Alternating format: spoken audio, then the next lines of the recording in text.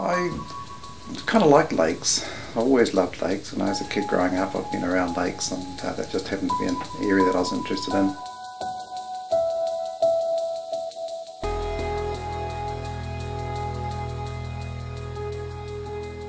It's also a bit more specialised too. Wasn't many other people actually working on using scuba, working underwater. The total thrust of my work is really trying to understand plant communities, what we have, what they mean, and how they change, how they reflect the conditions of the environment they're in. And for me, the particularly interesting thing is that any plant growing in a lake has a story to tell. I got to the point there where I could jump in a lake, and after just 1 or 2 dives I could tell you a lot about the lake, but the hard thing was to sort of try to translate it into some kind of a meaningful score and be able to compare it with other lakes. Our lakes range from being in excellent condition right down to absolutely abysmal condition, and unfortunately a lot of lakes are continuing to get worse. Now that really comes through increasing pressure from agricultural development, land development, drainage of wetlands, and also invasive species is a big factor. So yeah, we do have a situation where more of our lakes are deteriorating both in water quality and invasive species, and it's not just from plant invasive species, it's also from pest fish as well. Plants are actually really important for lake health, and they do a lot to actually maintain good quality.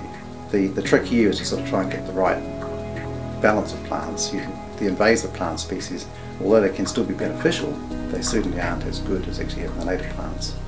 So about 10 years ago I attempted to try to come up with a method that we could better characterise a water body and say this is the condition of the water body.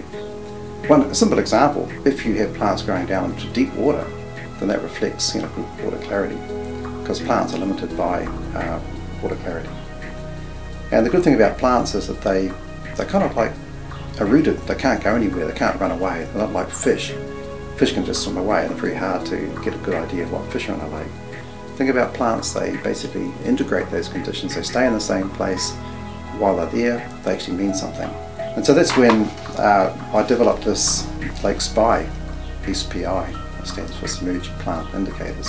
And in the process of developing, we came up with a native condition index and an exotic or invasive condition index, and then we combined those to come up with the Lake SPI score.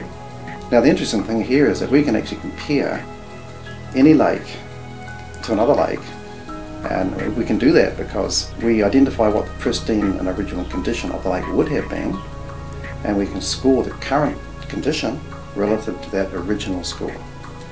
And by doing that, we then sort of say this lake is as close as it can possibly be to its maximum score, or maybe way down the scale. So the method has actually allowed us to come up with an objective method of comparing lakes on health and actually monitor the changing condition over time.